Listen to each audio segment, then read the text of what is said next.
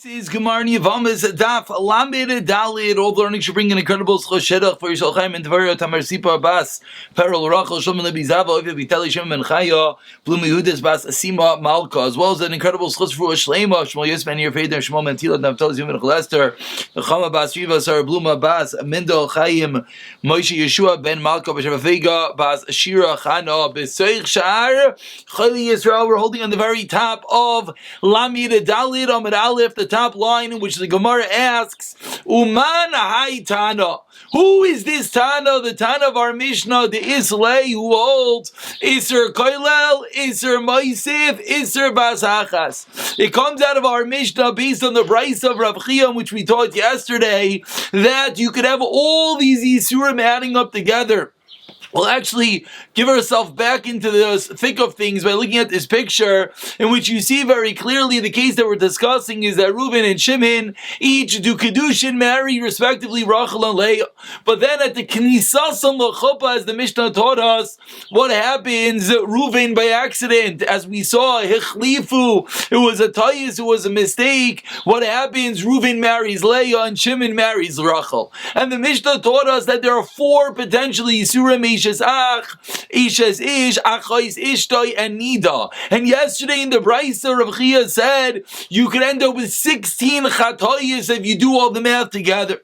So ask the Gemara, who is this Tana that holds that all these Isurim add one on the next, on the next, on the next, and you can end up with such a case? And of course, after we learned Daf Lamed Gimel and Daf Lamed Beis, and we dealt extensively with Isser Chalal Isser, is it true? Can one Isser be Chal in the next? Perhaps it's only by an Isser Maisiv where it's more extensive. Perhaps it's only by an Isser Koilel where it's more inclusive. Perhaps it's only by an Isser B'Vas Achas when they come simultaneously. But now we're seeing in our Mishnah that all of them could work in tandem. So ask the Gemara, who is this Tana that holds that they all go together? And explains the Gemara, Rav Yudah Marav, Rabbi Meiri, the Tanya, as we learned in a Brisa. Yesh Oichel Achila Achas. This is a Brisa in which we've seen already in the Gemara and Shabbos. There are those who eat one eating v'chayv la'arba chatois. You get 4 chatas from one thing you eat, v'asham echad, and 1 karban asham. What is the case? We have a tamei. The person is tamei. Sha'achal chelev, in which he ate a forbidden fat, that's the chilev, v'unoisar mina muktashim, and it's leftovers from a carbon, b'yoyim ha'kipurim, and it was Yom Kippur. And Rameir Oimer, and Rameir adds on, there could be an additional Isser Maisa Shabbos. If it was Shabbos, Vayitziu B'Piv, and he carried it out with his mouth before he swallowed it, Chayiv, then there's going to be a 5th Isser, a 5th Chatos, and Amrulo, they said to Rameir, Einay Min Hashem, that is a different Isser. So says the Gemara, what we see is that according to Rameir, all these Isurim can add up together. But says the Gemara, who is Rameir going within? Rameir aliba deman. Who is Rameir explaining Yeshita in? Aliba de Rav Yeshua. Hamar tabed var mitzvah pater.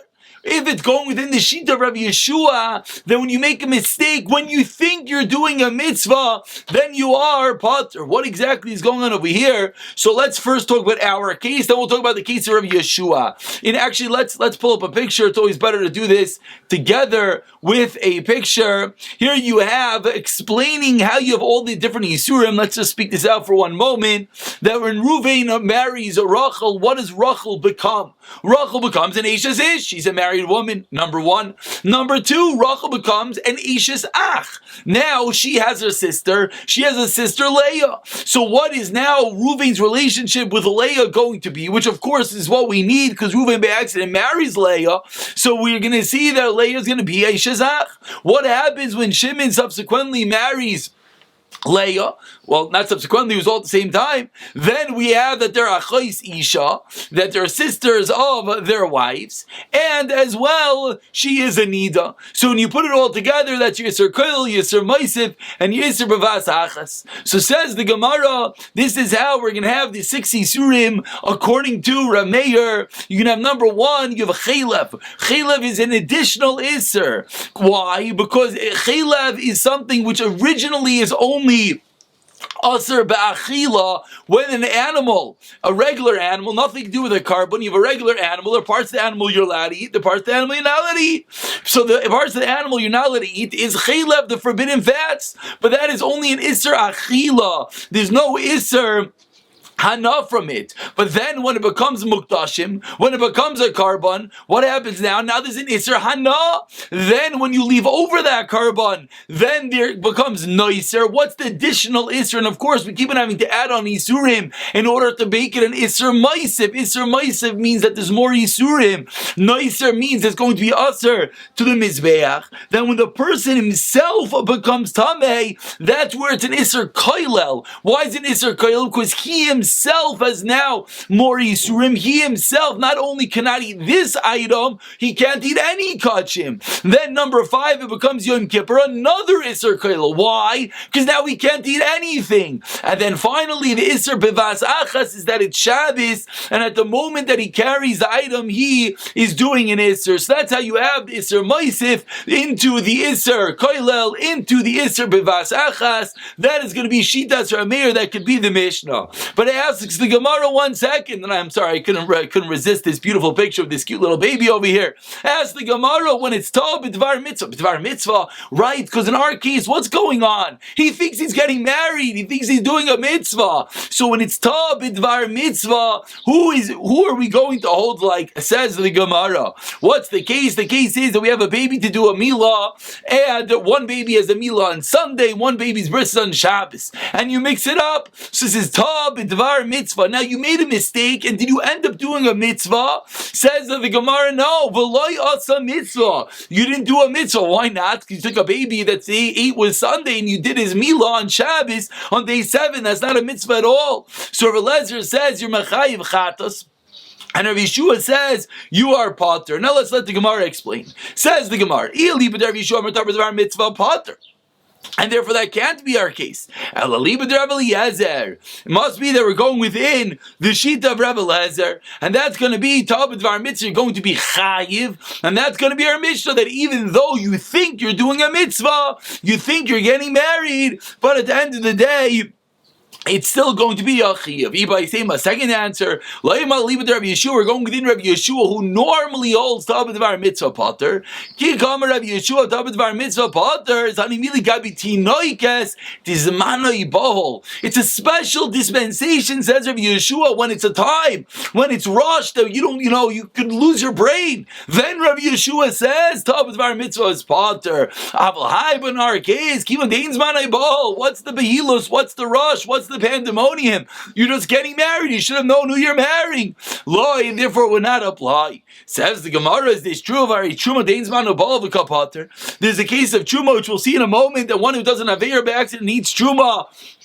And we're going to hold that Tov B'dvar Mitzvah, they're going to be potter. The Tanam learned to the Mishnah, Yoichel B'Truma, V'noida Shuben Gusha Ben Chalutza, they notify him, you're Pasul, you're the son of a Gusha Chalutza, Rav Lezer Machayv Karen V'Chaimesh, Rav Yeshua Potter. We see that Rav Yeshua says you're Potter because you think you're doing a mitzvah, even though there's no Behilos, there's no rush over there. Explains the Gemara, Itmar Allah, we explained on that, Rabbi Barabayach, B'Truma Be'arev Pesach, Haskinon.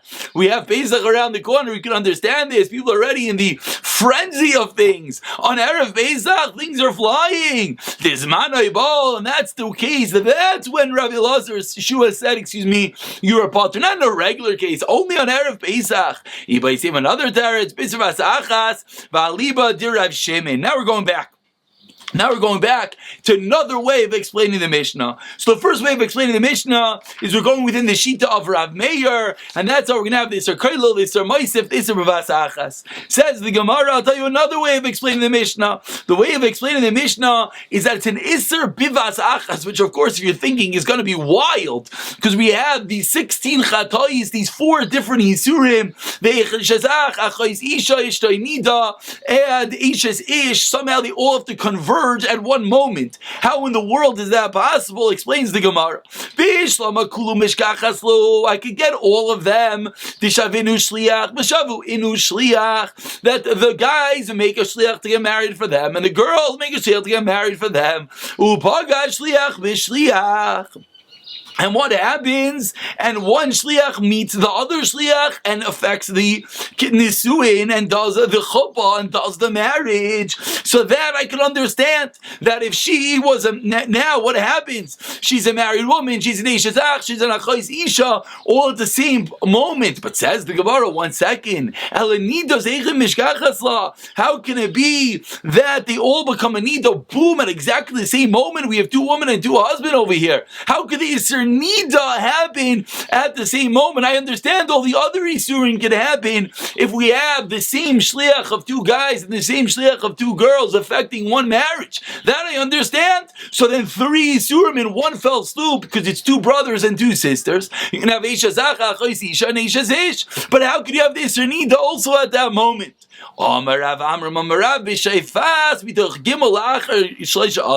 A fascinating case. We have to have a case where they and the boys and the girls were twins, and therefore their birthdays were on the same day, and they and the 2 of them all became of age at exactly the same moment. Of course, they become 12 and they become 13.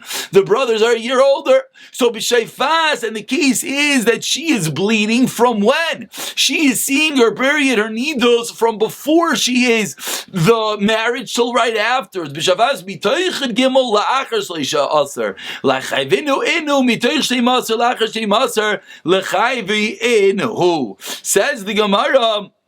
And therefore, l'chayviu inu, they're going to be chayiv. And then it's their 12th birthday in which she is seeing her nidas l'chayvi inu. So the case that it happens to be b'vas achas is because it's on the birthday in which she's seeing the nida, and it only is a status, of course, of being dan nida once she is of age. Once she is a gedayla, which happens when she becomes 12 and he becomes 13, and that's going to be the case in which you can even have an Isser Nida Bivas Achas. So 2 potential answers how we can answer up the Mishnah.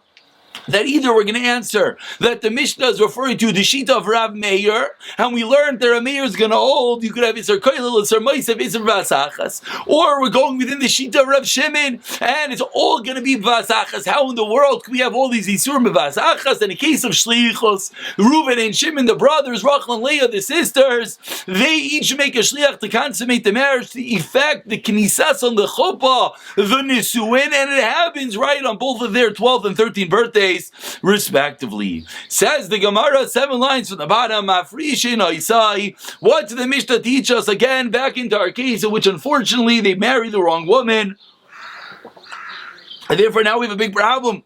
So says the Gemara, what do? You have to separate from your husband for 3 months in order to ensure that no one is having a child from the wrong wife. Asks the Gemara,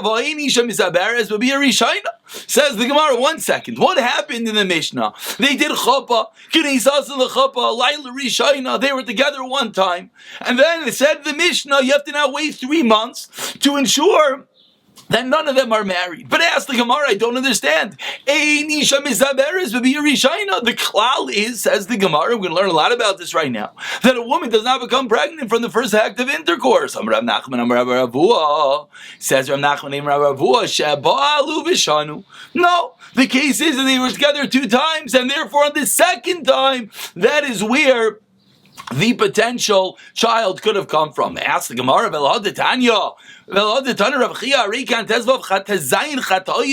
as we keep on explaining that according to Rav Chia,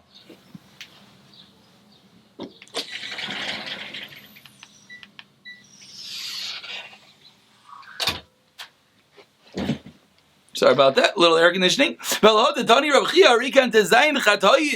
according to Rav Chia, you could have a case of 16 chatoyis. It's not 16, it should be 32, because each act of intercourse is ma'isa tashmish, is a separate iser, is a separate aveira. So if you have the 4 times the 4, and now each one's going to be twice, it's not 16 aveiros.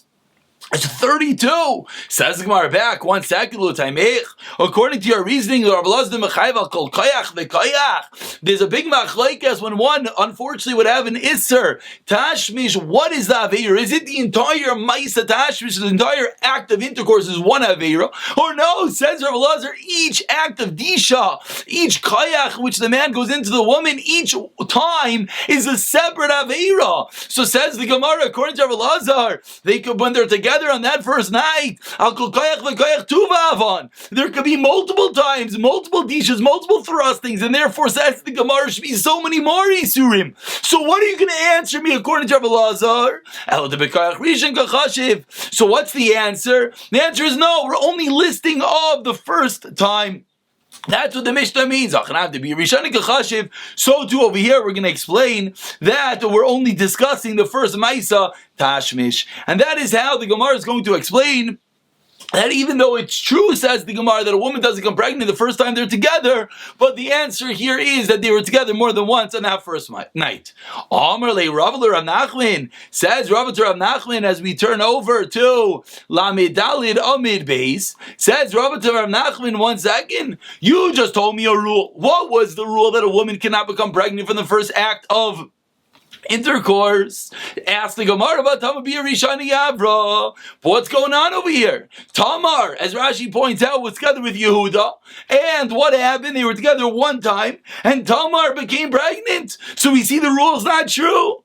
Amar Le explains the Gemara, Tamar be'etzva ma'acha. Tamar took out her besulim, took out her hymen with her finger before the Maisa Tashmish, and therefore that one act of intercourse could actually yield a child. So the reason why the B'Yarishan doesn't create a child is only if she is a besula, only if that act of intercourse has to take out the dam besulim. But if not, if she removed it on her own, or let's say a case if it was removed any other way, then there could be a child from the act of intercourse. Explains the Gemara, Tamar Rebbe, Tamar Shimon, said Rav Yitzchak, all the brides, all the kalois of the family of the Rebbe, who they would go and they would purposely take out their hymens, take out the dam besulim, take out before they got married. We call them Tamar. Shimon Tamar. Why are they called Tamar? Al Shem Tamar Shemacha Be'etzba. Now, by the way, the Gemara is not necessarily saying that that this is the normal or right thing to do. The Rishonim here explain that they did it because these people in the Shiva of Beis Rabbi, they would send their husbands away to learn right away, and therefore they wanted to make sure that the first act of Tashmish could yield a child. It's a large machlokes lahalacha. If one, and therefore Rashi here points out, let's just look at the Rashi, 3 lines into the white lines, Hameshiras Bisuleim, that's the same Tamar Shimon, that they did it like the Tamar, that they did it in order to have a child. And again, it's a big machlokes halacha, just to point out parenthetically, whether one is, of course, if there's a medical issue, it's a different reason, but let's say just because they don't want to have the dam, they don't want to have the blood, if one is allowed to just remove the blood, the pashtus is for no reason, it is not allowed. Obviously here is a larger sugya. Says the Gemara, 1 second. Says the Gemara, 1 second. You just told me that Tamar was together with Yehuda, and the first act of Tashmish yielded a child. What happened with Erev Ainan? Erev Ainan were together with Tamar before she was with Yehuda. Says the Gemara, and therefore wasn't Tamar's first act of Tashmish with Yehuda. She was together prior with Erev Ainan. Explains the Gemara, Erev Ainan Shimshu Shloike Darkan. Yes, Erev Ainan were together with Tamar. However, they did not have a normal act of Tashmish. They had a Shloike Darkan, they had it from the back, and therefore has nothing to do with their ability to have children or not. Ask the Gemara, Meisvei Kolesim Arba Chodosh, for 24 months. That a woman, Rashi points out, is nursing a child. And this goes back Bismana Gemara. That we saw this already. I don't know if we saw this already. This goes back Bismana Gemara. We did see this already. This goes back to Mizana Gemara, in which they assumed that it was very dangerous for someone to become pregnant while they were nursing a child, to wean the baby. So says the Gemara, for the 24 months, what would the husband and wife do? They don't want her to become pregnant again, because then she would not be able to nurse the previous baby. Says the Gemara, what would her husband do? He would dash b'bifnim, he would have a regular ma'isa tashish thresh on the inside. V'zayra literally means winnowing, which means that's where he would leave his sperm outside of the woman. Why, says Rashi? Because he didn't want her to become pregnant, because it was a Sakanas Nefashis, which this is a big raya that obviously in case of Sakanas Nefashis, of course, mutter to use different types of birth control, etc. But here we see, says the Gemara, for 24 months, that's what they would do. Divrei Rav Elazar, says Rav Elazar. Amrulai, the Chamas said to Rav Elazar, Halalu Eino Eli Kamaisi Erva Ainan. These are nothing like Erva Ainan. So what do we see? Asked the Gemara. We see that what did Er and Ainan do? They were Dash Mi Bifnim, Vizar Mi Bachotz. They had a regular act of intercourse, but then when it came the time to ejaculate, they did it outside of the woman. So I asked the Gemara, you just told me that Er and Ainan did be a Shaloi Kedarkai from the back, but you see it's not true. You see what Er and Ainan really do? Er and Ainan really were Dash Bifnim, Vizar Mi Bachotz. Explains the Gemara, Kimaisa Er Ba'ainan, V'loi Kimaisa Er Ba'ainan. It was resembling the act. Kimaisa Er Ba'ainan D'chsev. It was like the Maisa Er and Ainan, as the Pasuk says, V'ayim Ba'al Isha's Achiv V'shiches Arza. That Ainan would come to the brother's wife and it would waste on the ground. V'loi Kimaisa Er Ba'ainan Dilu Asam Shlai Kedarka V'acha Kedarka. So it was similar in the way of Erva Ainan in the fact that it wasn't an act that could yield a child. However, it wasn't exactly the same thing. Explains the Gemara, Bishlama Ainan. I understand that's what she did with Ainan D'chsev by V'shiches Art, so that by Ainan it says that he wasted the seed on the ground. Ela Er Minal, how do you know that Er did the same thing? Rav Nachman Yitzchak said, Yevamos Gam Oisai, the pasuk says, and he killed him also. The also teaches us Afhu Ba'isa Mitza Meis, that Er as well died from the same Aveira, and these are one of the big Mekairas, the dreadful Aveira of Hashchosas Zera, for someone to waste his seed for no reason, was learned from Er Ba'ainan, and see here we see that's why Er and Ainan were eventually killed. Says Gemara, Bishlam Ainan, Mishama Loi Yazara. According to, it makes sense, Ainan, that what? It says, it makes sense that Ainan did this. Why? Because the pasuk says, he knew that the child would not be from him, and therefore he did something to prevent Tamar from having a child. Why did Er do this? Why did Er do this? Waste his seed. Explains the Gemara.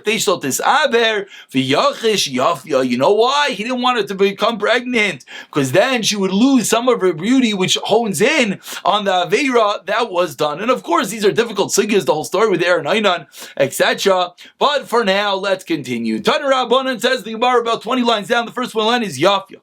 Tana Rabbanan, now we're going to darshan a pasuk. We could look in Rashi. Rashi on the fourth narrow line says, what's the pasuk? V'isha asher yishchav ish oisa, and a woman that a man will lie with her, shichvas zera, v'rochatzu b'mayim. That if a woman will lie with a man, and they'll have an act of intercourse, then she have to go, v'rochatzu, literally wash, they have to go to the mikvah. Explains the Gemara, oisa. The pasuk says that she has to go to the mikvah, prat kala, that excludes a kala, that says that a kala after her first act of tashmish does not have to go to the mikvah. Divrei Rav Yehuda, no, this teaches me that if someone has tashmish shaloi kedarka, as we explained from the back, then that person does not have to go to the mikvah. Two ways of learning up the pasuk. Amar lei, Hoyin Beria Rav Nachman says Hoyin was his name, as Rashi points out. Beria Braid Rav Nachman, the son of Rav Nachman, Rav Nachman. Should we say that Rav Yehuda holds that the Torah was concerned about the adornments, the eye makeup, the blush, etc., the makeup of the Kala? What does that mean? Meaning, if she would go to the mikvah, she would lose some of the makeup that she was wearing, and that's why the Torah says she doesn't have to go to the mikvah. Amar lei, fisheni shemisaberes would be a risha. No, that's not the reason. The reason she doesn't have to go to the mikvah is not a practical thing that we want her husband to remain with his eyes of beauty on her, but no, rather the reason is because she can't become pregnant from that first act of tashmish, says the Gemara. So b'maikam ifligi, what's the machlekes in Rav Nachman and Hoyin Bereid Rav Nachman? Rabbanan Savri, the Rabbanan old Shechva Zera Prat Lahara Oisal Pralish Leikedarka. The Rabbanan old that when the pasuk says that who has to go to the mikvah, one that was Shechva Zera discharged their seed, that comes to exclude what? Lehara, which is the first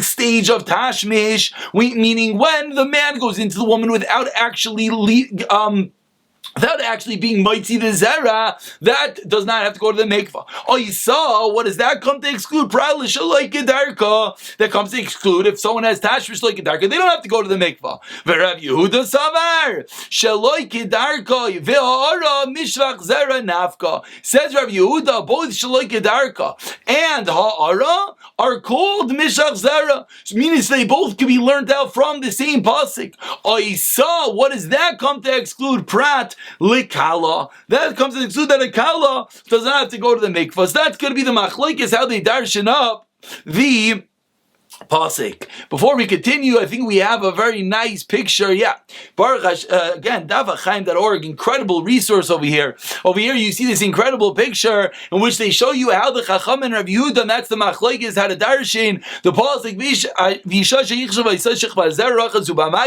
The Isa, the Chacham says prat kedarka. Rav Yehuda says prat lekal. The Chacham say prat ha'ara. Again, the ha'ara is where the man inserts his aver before he actually is mighty the zera, and Rav Yehuda says prat shaloi kedarka. And from here we come out, and the previous Gemara in the machlokes in the Hayna Bereid Rav Nachman, two reasons in which the kala does not have to go to the mikvah, either because we want her to be beautiful to her husband, or because she cannot become pregnant for the first act of intercourse. Says the Gemara, we'll finish with this. A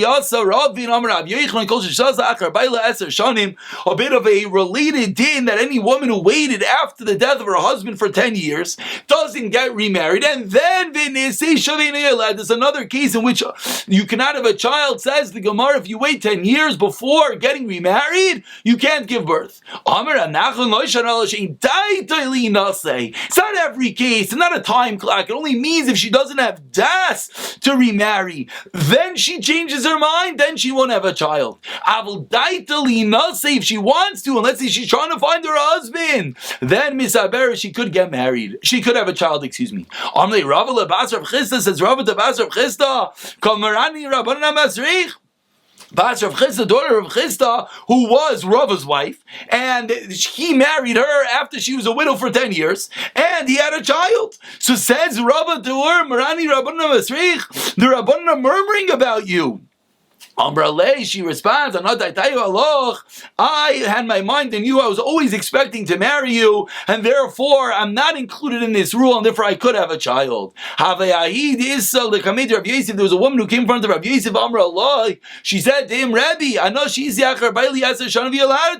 I waited for 10 years after my husband died, and yet I gave birth. Amrale, so Rabbi Yosef responds to her, don't talk that way. You're saying that what the Chum said is not true. Amrale lenachri nevalti. She said to him, "No, it's not true." In the interim, unfortunately, she admits that she didn't have era. She was together with a guy, and therefore wasn't 10 years without tashmish. She was having tashmish even when she was not married. We'll pick it up from Shmuel Amir Hashem in the next shir.